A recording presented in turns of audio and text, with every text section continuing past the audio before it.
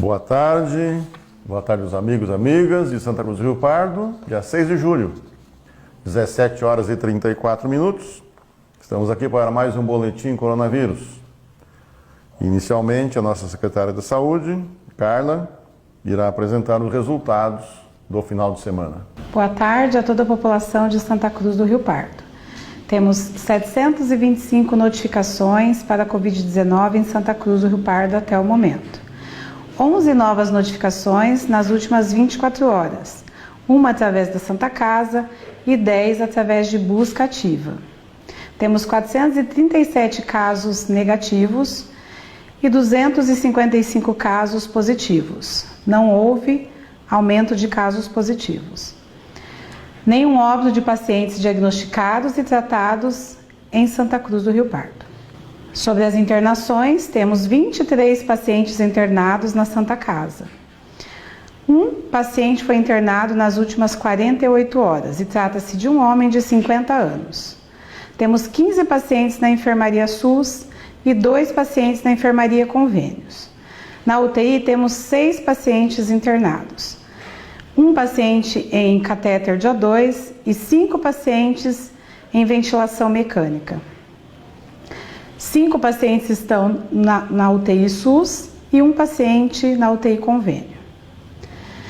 Sobre o resultado de exames nas últimas 48 horas, tivemos, por testagem rápida, 10 casos negativos e 4 casos negativos para exame laboratorial PCR. Houve 2 altas nas últimas 48 horas e trata-se de 2 mulheres, de 22 e 81 anos. Temos 147 pacientes recuperados em Santa Cruz do Rio Pardo, que cumpriram o período de quarentena e estão recuperados. Sábado nós fizemos o drive-thru em frente à Secretaria da Saúde, que funcionou muito bem e nós vacinamos mais de 1.000 pessoas nesse drive-thru das 8h30 ao meio-dia e meio mais ou menos. Então foram mais de 1.000 pessoas vacinadas. Foi um sucesso o drive-thru. Durante a semana, as unidades continuam vacinando em todas as unidades de saúde e também haverá posto volante durante toda a semana no CRAS Betinha, da 1 da tarde até as 3 da tarde. E nas unidades de saúde, durante todo o período de atendimento e preferencialmente na parte da tarde. Também houve no domingo o processo seletivo da Secretaria de Educação, que também correu sem nenhum problema. Tá? Então as pessoas foram verificada a temperatura, a busca de sintomas. Logo na entrada, a equipe da saúde esteve presente nas escolas em todos os horários das provas e apenas 2 pessoas foram identificadas com algum sintoma respiratório. Essas 2 pessoas foram isoladas e fizeram a prova separada dos outros alunos. Passamos agora às perguntas do dia. A Simone Ferreira pergunta: Doutora Tacílio, me tira uma dúvida. Os casos estão aumentando não só pelas pessoas estarem na rua à toa, e sim por aquelas que estão contaminadas e não estão cumprindo a quarentena. Não seria possível divulgar pelo menos os bairros onde há contaminados? Porque não sabemos quem está doente e estes é quem realmente deveriam estar em casa. Assim como vejo muitas pessoas comentando que veem essas pessoas nos lugares. A Secretaria da Saúde está mesmo monitorando eles? Agradeço, se for possível responder. Bom, Simone, nós não podemos listar o nome das pessoas que estão doentes ou que já se recuperaram, nem tampouco o endereço. São 255 casos positivos, uns 150 já recuperados e mais ou menos umas 100 pessoas ainda transmitindo o vírus no seu dia a dia. Essas pessoas são orientadas a fazer isolamento, a Secretaria faz o monitoramento, faz a testagem das famílias e contactantes procurando outras pessoas positivas e são alertadas que se elas saírem de casa e contaminar outras pessoas, só o fato de sair de casa é constituído crime contra a saúde pública. Aí na questão de multa, questão criminal, de processo crime, inclusive, tá? A pessoa sabendo que está doente, conscientemente sair de casa, sem a necessidade emergencial, por exemplo, tá? Isso é crime. As pessoas são orientadas quanto a isso, tá? Mas temos que ficar bem cientes que existem casos positivos em todos os cantos da cidade, inclusive zona rural e distritos, tá bom? Ninguém está imune, nenhum bairro está imune, tá? Não depende de classe social, não depende de poder aquisitivo, não depende de grau de instrução, todos estão sujeitos a serem contaminados, tá bom? E pensando nesses contaminantes, né, procura de pessoas de risco que poderiam espalhar a doença ou mesmo ficar doentes mais fácil, tá? É que nós já planejamos para esta semana como os mototaxistas que fazem o delivery, entrega de alimentos, entrega de encomendas nas lojas, nas casas, eles têm uma grande chance de se contaminarem e também de transmitir a doença. Então, pensando nisso, nesta semana, nós vamos entrar em contato com todos os centros de mototaxistas, tá? É mais ou menos uma dúzia que tem em Santa Cruz, com quase 200 mototaxistas, e providenciaremos a vacinação contra a gripe de todos eles e faremos teste rápido também de todos os mototaxistas de Santa Cruz do Rio Pardo, aqueles cadastrados no ponto de mototáxi, com certeza, tá bom? Faremos teste rápido para o coronavírus e todos eles, para uma amostragem, se está havendo a contaminação desse pessoal ou não, e retirar aqueles que estão contaminados do trabalho até a recuperação, depois uma volta consciente ao trabalho e depois no futuro retestar novamente todos eles para termos uma medida do grau de transmissão da doença entre essas pessoas que circulam por todos os cantos da cidade. É uma amostragem vasta que moram em todos os cantos da cidade e andam por todos os cantos da cidade e faz as entregas. Então, o objetivo é protegê-los contra a gripe com a vacinação e protegê-los também do Covid, separando, eles trabalham em grupos, né, aqueles que estão doentes ou contaminados sem sintomas, para que depois da recuperação voltem ao trabalho. Não é necessário que eles gastem dinheiro fazendo na farmácia ou no laboratório, gastando R$300 fazendo um exame. A prefeitura vai fazer de todos eles de forma gratuita. Todos os mototaxistas cadastrados na prefeitura terão esse direito de fazer gratuitamente a vacinação e o teste rápido para a Covid. Nesta semana, a Secretaria entrará em contato com todos os proprietários de mototáxis, de centros, para agendar o horário de exames de todos eles, tá bom? Aproveitando a pergunta, uma resposta um pouco mais complexa.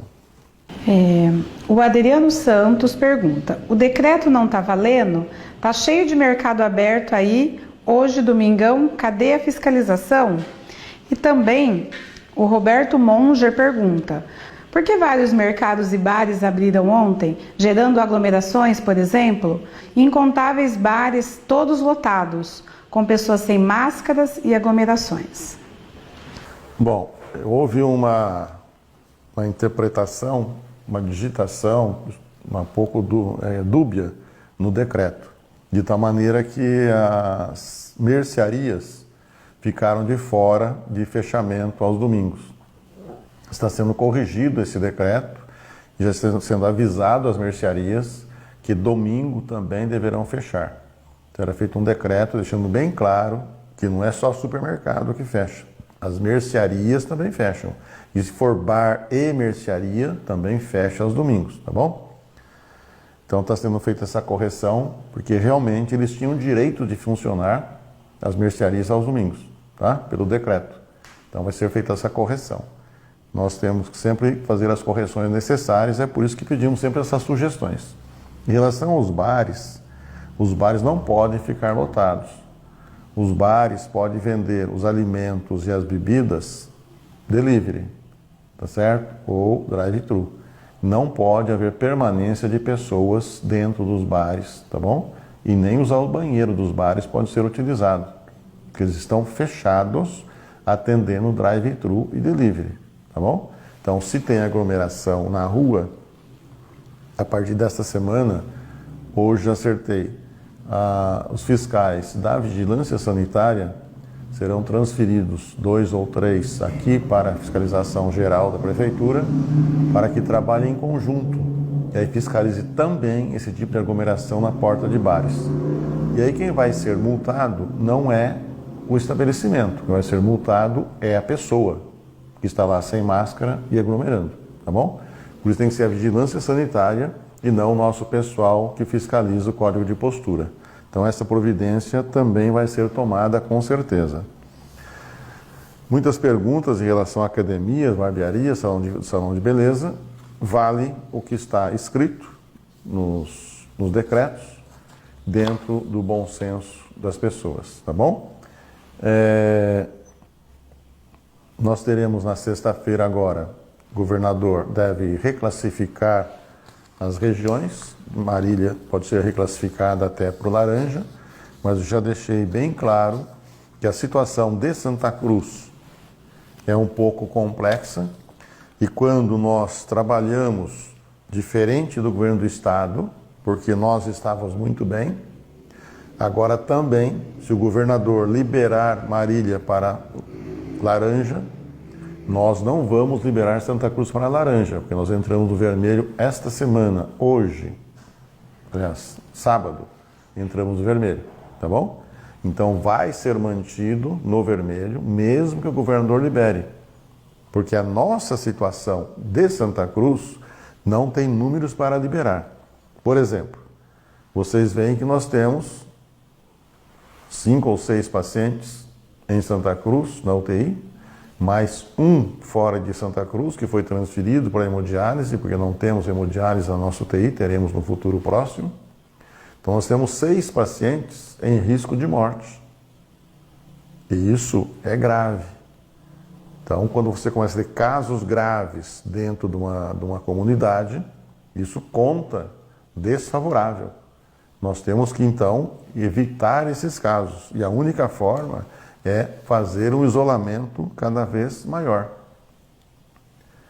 Nós tivemos, para análise de vocês e entendimento, um feriado prolongado em junho, 11, 12, 13 e 14, no estado de São Paulo inteiro.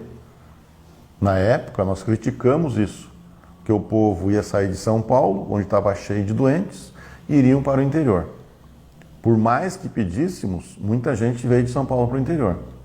E, passado os 8, 14 dias, realmente explodiu os casos em Santa Cruz. Tá?